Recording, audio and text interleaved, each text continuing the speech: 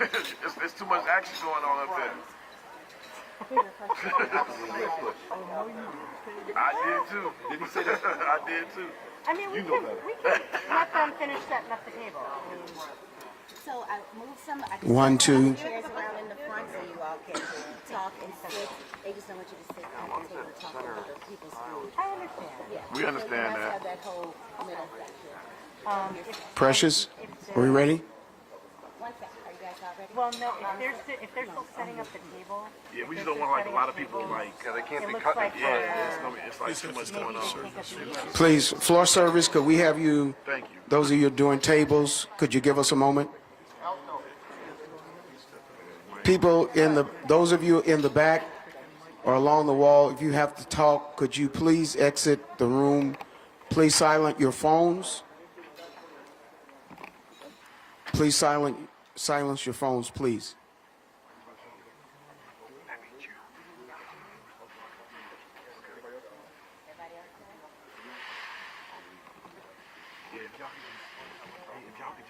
We're ready? They're going to come up now.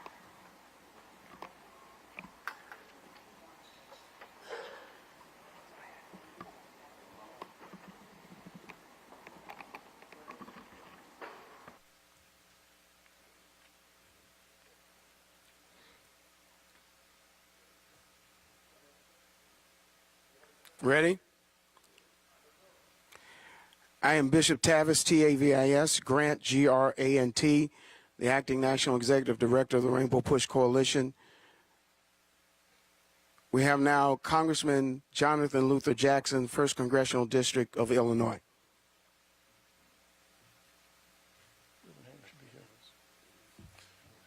It is with my honor and privilege of having been the former national spokesperson for the Rainbow Push Coalition to carry on that tremendous tradition of fighting for equal justice under the law. We've made tremendous gains, and I'd like to now introduce my father, the chairman of Rainbow Push Coalition, to bring on our new president, Reverend Jackson. Good morning, everybody. Let me express my thanks to you for you being here today. I want to express my thanks to Reverend Al Sharpton, really in the tradition of our struggle. His mother brought to me, he's 13 years old, and he has carried on the banner of that struggle. It's the world he chose to go into mass media, try to get him to be the field director of the Rainbow Push Coalition. And then, likewise, Jonathan Jackson became our spokesman, national spokesman for the Rainbow Coalition. Freddie Haynes, able preacher and leader of our country, been seriously involved in our struggle. We now seek to move on to deal with the box the Supreme Court has put us in. The Supreme Court has threatened 60 years of work. Like in 1896, they moved us backwards. Attack on affirmative action, up to the years of negative action. They have sought to access to education, the affordability of education. They've also weakened the Voting Rights Act, making it states' rights again. So we come into that season, look over the pages of my own life and history, that I can no longer do what I want to see it. I want to pivot to a new platform. I want to teach university seminaries and teach the young ministers how to fight for social justice at home and peace in the world. We're very involved with Rainbow Push as we work on programmatic thrust for our work. I do want to say I'm delighted that we went through a process. Our board surveyed the field. The only man capable of doing this work is my teacher in so many ways, Reverend Frederick Haynes. Teacher, preacher, is working on his PhD. Reverend Haynes, take it. You're our new president.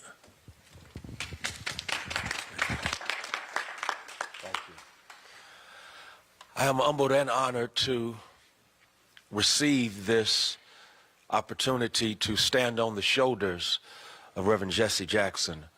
Reverend Jesse Jackson has achieved appropriately the status of being an icon, a living legend, and as a consequence, because of his heroic life, well over 50 years leading the Rainbow Push Coalition, beginning with its roots in Breadbasket, really receiving the baton from the drum major for justice, Martin Luther King Jr., and through his activism, because history will record, even though he received the baton from Dr. King, he was already a part of the movement, an integral part of the movement, having sat in at a lunch counter in 1961.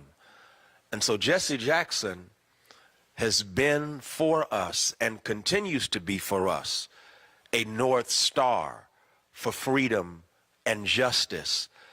And I rush to say Jesse Jackson, a North Star for freedom and justice, has not been limited to the shores of this country. During this Rainbow Push Convention, he has been honored by Costa Rica. He's been honored by France. He has received the highest awards of several countries that recognize that he has taken his freedom fighting not only seriously in America, but he has used that commitment, that passion for justice with his sharp mind, his warm heart, his strong spirit to make a difference around the world. I stand here on the shoulders of one who has literally changed the world. You cannot write the history of the world without speaking of the contributions of the Reverend Jesse Jackson Sr. And so when I say I'm standing on his shoulders, it's because I have too much sense to stand in his shoes. The shoes are much too large, and yet because of where those shoes have taken us, I'm able to stand on his shoulders. And how desperately we need now what Rainbow Push has done and continues to do. I'm indebted to the board. The leadership of the board has been absolutely amazing in their support of Reverend Jackson, but also in setting the stage for this time of pivoting. Reverend Jackson has always been a wordsmith. I find it appropriate that as hip-hop is celebrating its 50th anniversary, one aspect of hip-hop, of course, is language. Before hip-hop was, Jesse Jackson was already saying, we ain't settling for charity, we want parity.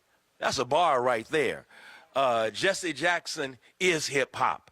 And so I think it's appropriate that in terms of language, he says that he is pivoting. And one of my good friends, Todd Yeary, says it's appropriate that he pivots because he is so pivotal, even right now.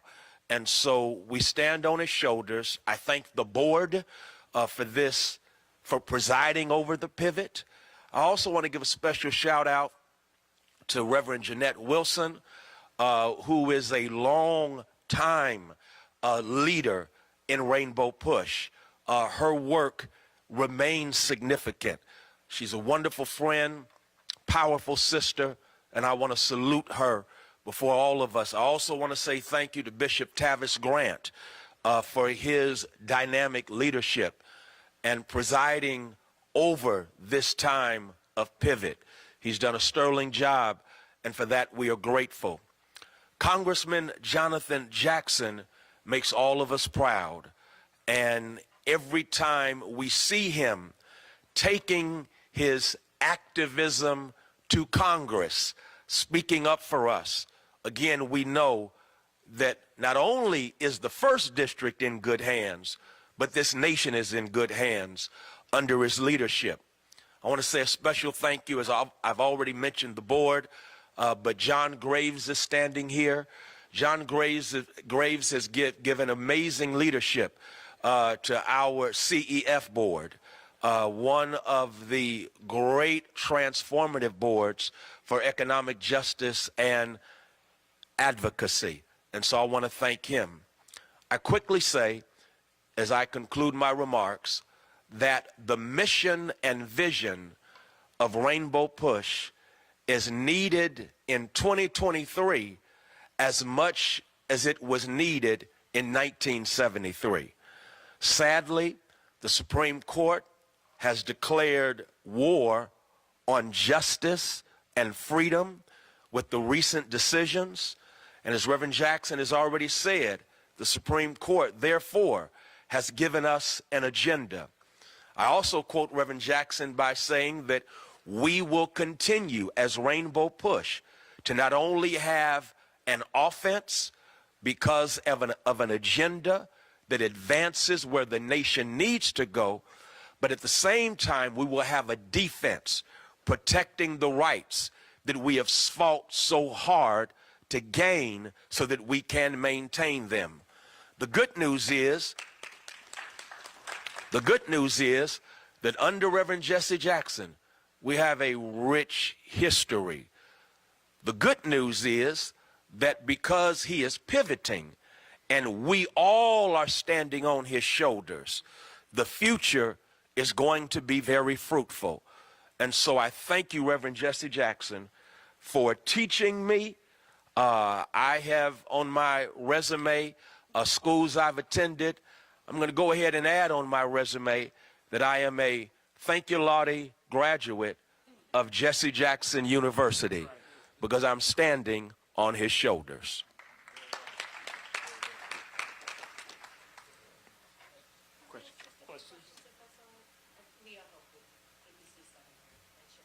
Yeah, thank you. You mentioned that the Supreme Court has given Rainbow Push an agenda. What do you see as the priorities? We know the mission, but how do we sync the mission and what's going on in this world right now with what you need? Well, again, as Reverend Jackson has intimated, they gutted affirmative action. We will have an action in response that will be affirmative. And our affirmative action will and we had a wonderful board meeting yesterday, and one of the things we discussed was the fact that this man has registered more voters, especially during his historic campaigns of '84 and '88, than anyone in the history of this country. So we're going to pick up that baton, and in the spirit of '84 and '88, we're going to register voters, but we're also going to register voters with an agenda. And the agenda will basically be that we recognize the importance of the courts, and so we have to have a ground game of registering, educating voters, mobilizing voters to the polls, and as we do all of that, we will begin to have a long game so that what President Biden appropriately labeled a court that's not normal, that we help to push the court back to being a normal court. And so I say that gingerly at this time, but the ground game will be to pick up where Reverend left off, a massive voter registration campaign.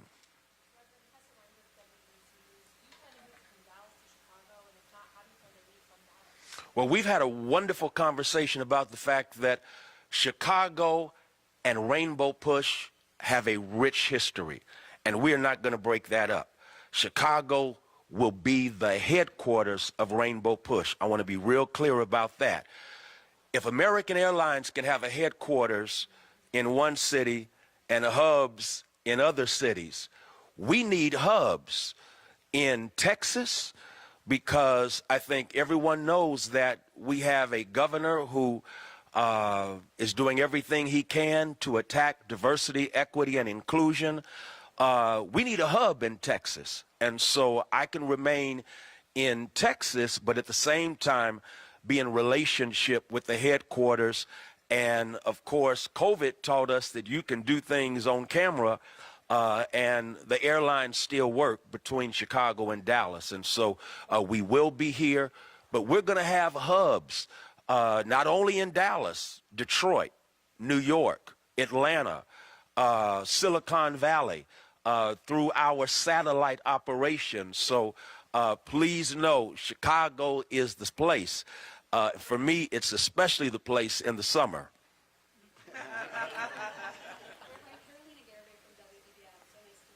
Thank you. Good to meet you. You mentioned standing on the shoulders of Reverend Jackson. I'm wondering if you could talk a little bit about what you've learned from Reverend as you've kind of been preparing to take on this role and how it'll carry into your role as president. Wow. Okay. So if you want to be here for a few years, we can do that. But the Cliff Notes version is Reverend Jackson has talked about in his pivot teaching preachers how to fight. I begin with that. He literally has taught me how to fight for social justice. He's taught me how to fight by dramatizing the plight of persons who are victimized by injustice. Reverend Jesse Jackson, whenever there's been a quote-unquote emergency, a racial justice, social justice, political, economic justice emergency, he shows up. When he shows up, he lends his moral authority through his presence. And that brings about healing for those who have been victimized, but it also brings about a challenge to the perpetrators of injustice. And so he's taught me to fight by showing up. He's taught me to fight by dramatizing those situations that are not good. And so the fight is what he's taught me the most. He's also taught me the importance of casting a vision and not being content with what things are, but showing what things ought to be. And so I could go on, but the bottom line, I've got to say this. He's also taught me that my faith works when I wed justice to faith. There is no way to be serious about your faith if it's limited to the confines of the sanctuary on Sunday morning. He's given me a brand new hermeneutic, a way of looking at Scripture, not from the top down through the eyes of the empire, but instead from the bottom up, through the eyes of those on the margins. And so that bottom-up approach to Scripture is also my bottom-up approach to doing ministry, because that's how we change the world. That's how we make the world a better place, not from the top down, but from the bottom up. We have Jonathan Jackson, who shows us that you can work from the bottom up, get to the top, and still have that bottom up consciousness and commitment. And that's the Jesse Jackson University concept.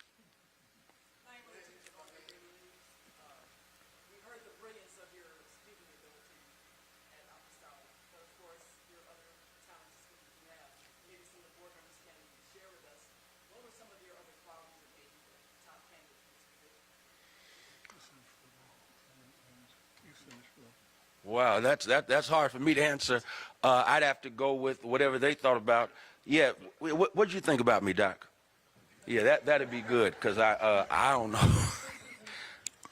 Let me say that President Haynes is in the circus vow, evangelizing to save souls and to redeem America. He's the top preacher in that category. He speaks with authority, a sense of compassion, and the maturity of a leader when I must face the press every day. And so I want to express my thanks to him for his qualities of leadership. I also want to say this to you, Brother Freddie. You have made a commitment to preach a whole gospel. Yeah. Not just personal salvation, but social justice. Different kind of strategy involving social justice. And the Rainbow is a multiracial, multicultural, multilingual organization. We're not going to limit our gospel to one race. Right. It's no time for nationalism of any sort. of the rainbow. You were in New York and Chicago and LA as mayors, evidence of the rainbow. That's what happens. Thank you.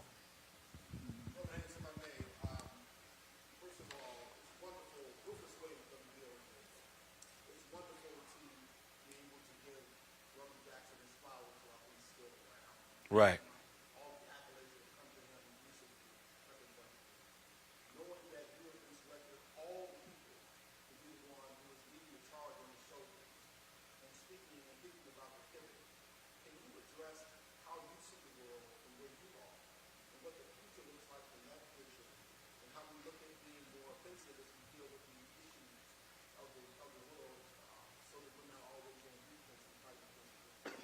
Right. Well, thank you so much for that, and thank you so much for the great work that you do there at WVON.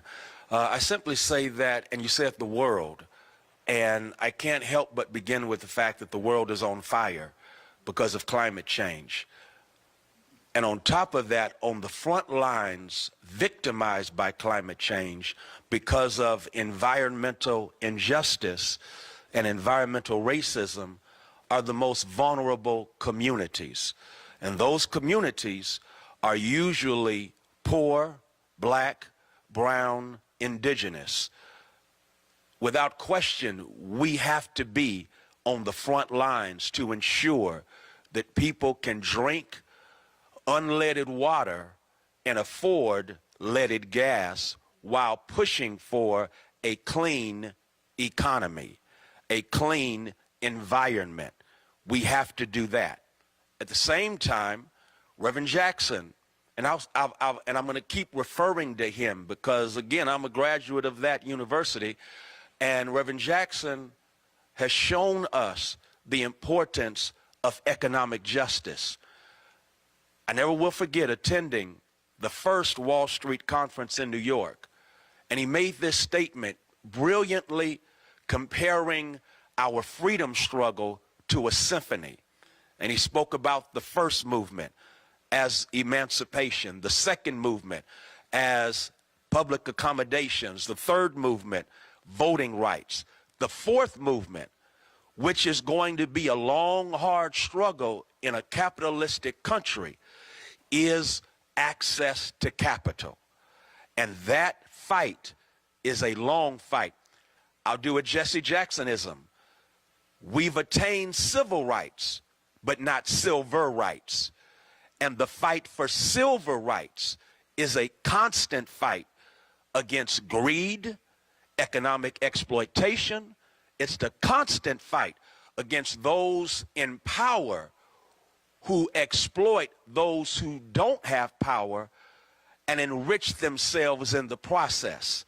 And so a part of our vision will have to do with not only fighting to preserve the planet and making sure that we survive and can live on it, but ensure that at the same time, and this goes back to the roots of breadbasket, where we have bread on every table and access to resources, that we continue the fight for economic justice. I have to give a shout out because last night was absolutely powerful to our Push Excel program, which emphasizes what? Educational equity, educational justice. There is still in this country an inequitable way that we fund public education. There is an all-out war on the truth in this country now. But through programs like Push Excel, led by Reverend Wilson, we can push for truth in education. So in a real sense, Reverend Jackson has given us a foundation that is also going to serve as our blueprint. Thank you very much. Thank you. Thank you.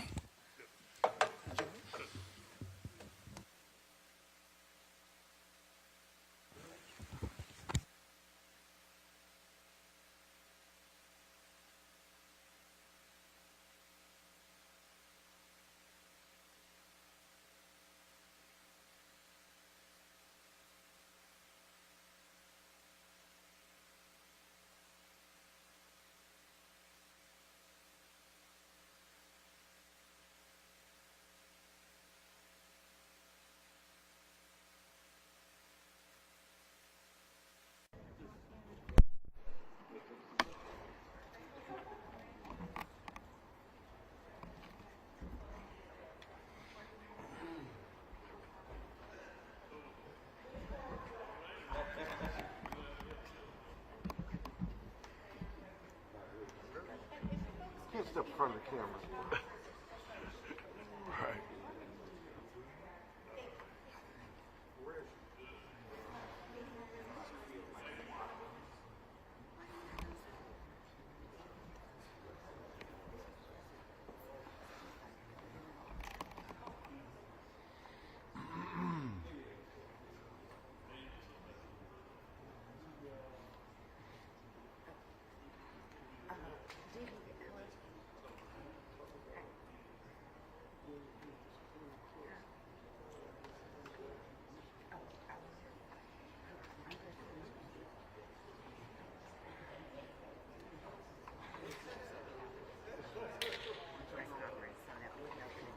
I mean, they got to finish setting the room. We had them stop.